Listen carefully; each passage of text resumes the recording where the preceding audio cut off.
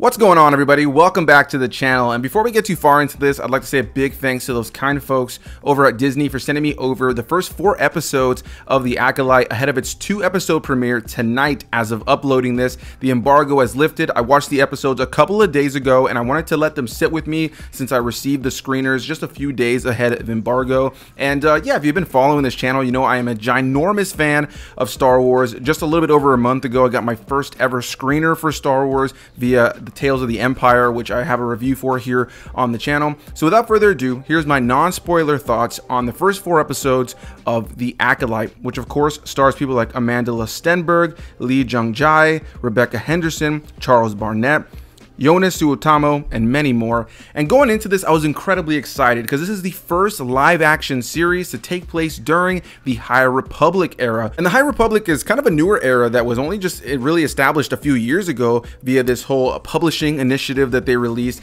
Over the course of the last few years, there's been a bunch of books and comics, audiobooks, different things like that that have expanded upon this story of the High Republic, an era far before the events of the Empire, where the Jedi were kind of at their peak in a lot of ways. They're adventurers of the galaxy, and the threats are completely different than the Sith that we're typically used to, or dark side users. There are individuals who are able to tap into different kinds of dark magic and things like that, but there isn't really that classic Sith versus Jedi kind of storyline in the High Republic. And so it's a cool, fun, really elegant era. I've really enjoyed reading the books and comics over the course of years.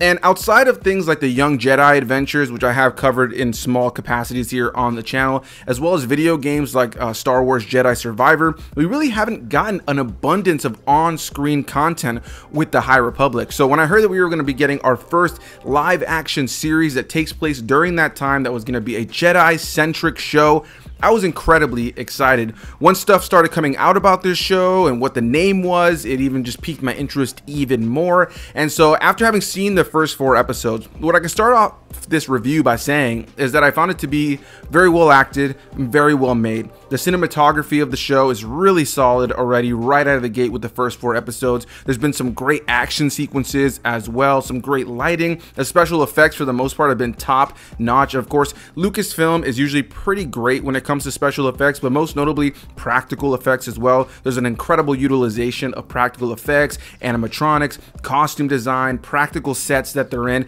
that all just make the whole world of Star Wars feel so lived in and tangible and real. There were a couple of moments of big CG shots of ships or locations that maybe looked a little cartoony in comparison to everything else, but honestly a fairly minor gripe. For the most part, I thought the production value of the show was incredibly high. And you know, we've had things like the Clone Wars, we've had things like Star Wars Rebels that focus on Jedi characters, but we haven't had an actual series, a TV show that's not one of the big movies that really focuses on Jedi characters with lightsabers being pulled out left and right. And it's so nice to watch a show like this where we do follow Jedi, where we do get to see the High Republic era of Jedi. We get to see the High Council kind of being mentioned. We get to see how the Jedi are working in this time, how they kind of approach things a little bit differently, because they're not yet the Jedi who would eventually fall to the Emperor later on during the events of the prequels. You know, they're in a much different place when it comes down to the way that they view the world and the way that the world views them. And so yeah, I just found myself really engrossed in the world. Again, as somebody who's been reading the books and comics, it was also nice to kind of see that. It was also really nice to see characters like Vernestra Rwoh, played by Rebecca Henderson, who is a character from the books and comics,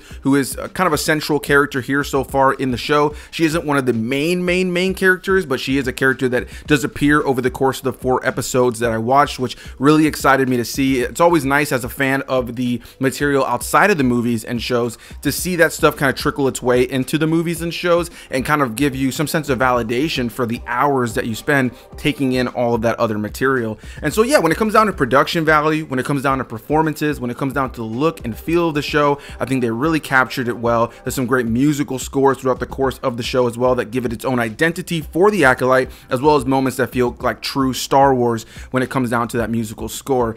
The cast is really strong as well, and we're going to get into all of them in just a second, or at least some of the main stars that I want to mention. And of course, non-spoiler, I can only talk about so much here because of course I'm a few weeks ahead of most people, and I definitely don't want to spoil anything about the show for anybody. But yeah, another thing I really want to talk about that I enjoyed here is a lot of the action sequences, because of course there's lightsabers, there's that lightsaber play that you come to expect, that you want to see in a show like this, but there's also been a great utilization of some martial arts hand-to-hand combat sequences that I found really engaging, and the cinematography and the musical score really lended themselves in those moments to creating some pretty cool, impactful, and really unique Star Wars moments. We've seen hand-to-hand combat and like martial arts things in Star Wars before, but not on this level. I think that this show definitely takes it to a different level and does some really cool things with the combat, especially between characters who aren't necessarily trying to slice each other up with a lightsaber in that moment, but more just kind of want to escape from one another. So I really enjoyed a lot of that. And the base premise of this entire series, without getting too deep into spoilers, is that there is somebody who is killing Jedi, and now the Jedi are getting together to try to discover who that is. And again, I really want to kind of be vague about things. I'm sure there's going to be videos and descriptions online from people who have seen early episodes who will give you guys more context, but I just don't want to be that guy. For anybody who just clicks on my video and says, hey, Anthony's a big fan of Star Wars, let me just hear his thoughts. I don't want spoilers, but I just want to hear his thoughts. Yeah, I don't want to be that guy. So the basic gist is there's Jedi being killed, and now the Jedi who have not been killed are trying to figure out who it is that's murdering these Jedi and why they're murdering these specific Jedi. And the central actor in this show is Amandla Stenberg. I don't want to say too much about her character because they have released stuff about the character she plays, May, but there's a lot more to her character than is actually in a lot of the marketing that they've shown. She's the character I think that the marketing has done the most with in terms of being kind of deceptive about what you should and shouldn't know about the character going in. So watching the show, watching those first 4 episodes, I was actually surprised with what they did with her as an actor in the show, because a lot of the marketing never really leaned into that, especially with a lot of the stuff that they released ahead of time with character bios, where they show pictures of all the actors and the characters that they play with a full description of who they are and what their role is in the show. When it comes to Amandla Stenberg's character,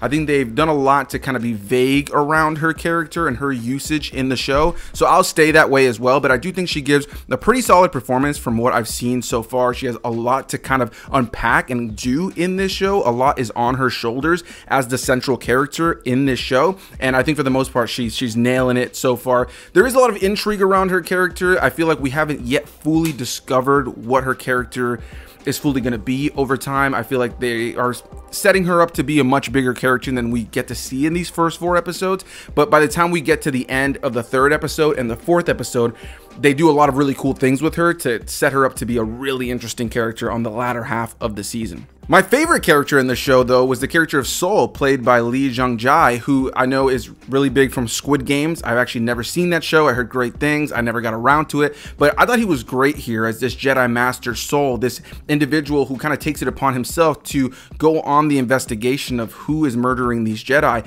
And he, for me, is one of those Jedi archetypes that I just love. A Jedi who allows the Force to really kind of guide his path and to light his way, so to speak. A character that maybe can see things that would maybe deter another Jedi, but he has this trust and faith in the Force that he's willing to kind of see where things go. He's willing to trust in others that maybe others wouldn't trust in. And in a lot of ways, he kind of was giving me Qui-Gon Jinn vibes. And yeah, I really enjoyed his character, and I think that Lee Jung-jae's performance was probably one of my favorites in the 4 episodes that I watched. Of course, I already mentioned Rebecca Henderson is the character of Vernestra Rwoh, who is a big character from the books and comics.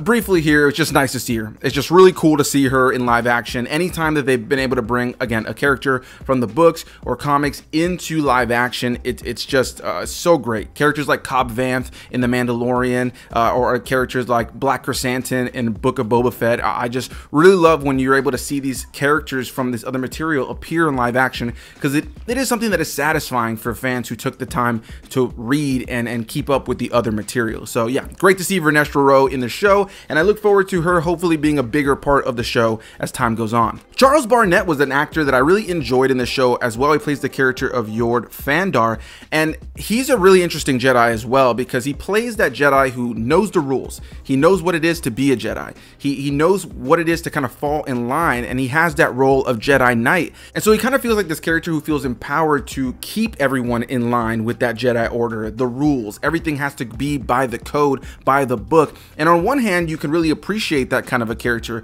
On another hand, it starts to seem like a character who leans a little bit more into fear than trust when it comes to the Force and how to approach situations. He knows all the right things to say, he knows how things should be, but there's a beautiful thing about Star Wars and Jedi, and part of what I was mentioning earlier about the character of Soul, where maybe something would easily deter other characters, but you have a character who is able to just kind of trust in the Force and allow it to light his way versus what seems like the direct path to follow. And so I really think that Charles Barnett played that very well. This is an actor who's been getting a little bit of hate online, as there's a couple of things coming out from press junkets with him not necessarily seeming like he knows the world and the story and the lore of Star Wars all that much. I'm of two minds of it. I think as a super fan, there's that part of me that's like, how dare you not know all the specific details of Star Wars? But there's that other part of me that recognizes that there's plenty of people that I love that are part of Star Wars who did an incredible job in their roles that ultimately don't know all the details of Star Wars the same way that we fans do. And so in the case of Charles Barnett, I think he gives a really solid performance here. I think he's an intriguing Jedi, and I look forward to seeing what they do with his character as time goes on as well. I was also very happy to see that Daphne Keane got started in the show. She plays a Jedi known as Jecki Lone, and yeah, she's a really interesting Jedi Padawan in the mix. I found her to just kind of be a likable, cute character. They haven't done an abundance with her over the course of the four episodes for me to really feel like she's a super integral, deep character, but I have enjoyed her presence quite a bit. She has added to a lot of endearing moments between characters, and it's just nice to see Daphne Keane in something else. Of course, she played X-23 in Logan, and so it's nice to see her a little bit more older, giving a more nuanced performance, and yeah, I just figured she was worth mentioning. Of course, there's other big names in here as well, like Carrie-Anne Moss as Jedi Master Indara, Dean Charles Chapman as Torben, and Jonas Suotamo as Kel Naka, a new Wookiee Jedi. And Jonas Suotamo, of course, is the same actor who plays Chewbacca ever since The Force Awakens. So it was really nice to see him in this as well. A few months back, some of you may remember, I went to MegaCon. I posted a video of being at a panel for Jonas Suotamo. He couldn't say too much, but he did speak on the fact that he was playing this character of Kel Naka and what it was like to kind of play two different Wookiee characters that have different kinds of mannerisms. So yeah, you know, I've definitely really enjoyed what we've seen of Kel Naka so far. Though I think that he's one of those characters that has been bolstered up by a lot of the marketing, similar to Carrie-Anne Moss's character. She's kind of been bolstered up by a lot of the marketing, and what I've seen in the first 4 episodes really hasn't done in abundance with them, to be honest. But on one hand, I appreciate that. I'd rather the marketing make me feel like some pieces are bigger and more important than they actually are when the show comes out, instead of like everything kind of being force fed to me. And that's something I've appreciated about the marketing as a whole. I think that this show has done a good job of giving you a basic gist of what it's about. But I watched those 4 episodes and felt like there was a lot that I had not seen in the marketing or that I was not expecting from the show that was present. And so if I had to lean into any negatives, what I'll say about this show is I've already talked about all the things I loved. I really enjoyed the performances. I enjoyed the production value. There was some cool stuff. And as a fan of the High Republic, it's nice to see it in live action. There were a couple of elements over the course of the 4 episodes that felt a little bit goofy at times. There are some child performances in some of those early episodes that I didn't fully love. Child performances are, of course, a little bit hit or miss, and Star Wars has been, unfortunately, one of those things that have just had ravenous fans towards some child performances, and I'm definitely not going to be one of those people. The 3rd episode really dives into Amandla Sternberg's character a lot more. We get to get more of her backstory, and in all that, I think there were some goofy elements. I think there were some elements that might turn some fans away. I could see that episode being a divisive one online. But as that 3rd episode kind of went on, I found myself more and more invested in what was going on. And I never really found myself bored watching these 4 episodes. I was consistently engaged in what was going on. But I feel like if I've got to be honest with my opinions, there was a couple of moments that I maybe found slightly cringe. Maybe it'll grow on me upon another view. Nothing that ruined the experience for me or made me like want to stop watching or feel like this ruined my childhood or any of those ridiculous things that you see people say online. Just a couple of moments that maybe felt a little cheesy. But Star Wars has always been a little cheesy. There's always been goofy elements about Star Wars since the very beginning, and there are things that I love, like Jar Jar Binks or even Jake Lloyd as Anakin Skywalker, that some people hate because of how goofy or cheesy they find that to be. So I do think this is going to be one of those things where some of the goofy elements of this show will just have to grow on me over time. But there are elements of the show that I think certain Star Wars fans are going to love, you know, and I think that there's also some Star Wars fans that might watch something like this and roll their eyes. I think it's going to be something that depends on your personal taste of what you want out of a Star Wars thing like this. But if you're coming to this show for Jedi-centric storytelling, a fun mystery with lightsabers being pulled out, the Force, and all these different elements that are able to just kind of be its own story, I think you're really going to enjoy it. And I think that's a question a lot of people may have. Hey, Anthony, I am super behind on the Star Wars movies and all the shows that are connected to the Skywalker saga, the Clone Wars, Star Wars Rebels, Resistance, the Bad Batch, you know, Andor, all these different things. Can I just watch The Acolyte as a Star Wars fan, someone who enjoys the franchise, and not feel like I'm lost? And the answer is yes, because this show takes place 100 years prior to the events of the Empire becoming a thing in the prequel trilogy. And so we're completely disconnected in a lot of ways, and the story and the characters that are being introduced here are all fresh and new outside of characters like Vernestra Rwoh. I'm sure there will probably be some more cameos and big things over time. There was nothing I can genuinely say in the first 4 episodes that is worth, like, you know, being like, oh my god, there's big cameos or anything like that. Like there's some stuff that's gonna make fans happy. I am being vague, so don't get me wrong. There's some fun Easter eggs and some things you're gonna enjoy, but yeah, you know, I'm curious to see how much more they tie it into the existing Star Wars stuff as time goes on. But I'm currently really impressed with the fact that we're just watching, you know, I've watched 4 episodes of a Star Wars thing that felt fresh and new. And even though we have characters like Vernestra Rwoh in the mix, who is in the books and comics, it doesn't feel like you need to digest those books and comics to appreciate Vernestra Rwoh in the show. You can be introduced to her in this show and just like her as the Jedi that she is for this story. So yeah, guys, I'm gonna stop rambling now. Of course, I'm going to do a full review of the season once all of the episodes have dropped and once, you know, everything is kind of there to digest. But for now, I just wanted to sit here and ramble about the first 4 episodes and my personal just first impressions on it. Obviously, this is a little bit longer than I intended, which tends to be the case with me, but genuinely, I had a good time with it. I found it to be well acted, fun to watch, action-packed at plenty of moments. It's got some cool lore building and story building that I think is going to lead into some really fun things. Oh, and one other gripe I will say is that while there were some goofy elements I mentioned before, there were moments where some of the editing felt a little bit more static than we have in other Star Wars things. There was still a lot of that classic transitions that felt like the old classic pans, you know, PowerPoint kind of Star Wars things. That stuff is still present here for sure, but there was a couple of moments near the ends of the episodes that I felt like it went to the credits kind of abruptly. On one hand, I can understand what they were going for. On another hand, it kind of felt a little too abrupt, and some of the edits and the cuts felt a little too abrupt, but that's still a fairly minor gripe. I had a good time with the first 4 episodes of The Acolyte, and I look forward to talking with people over the course of weeks as the episodes I saw came out and the new episodes that I haven't seen start to come out. So a big thanks to you guys for watching. Hit that like button, comment your thoughts down below, and I'll see you beautiful people in the next one. May the Force be with you. Bye-bye.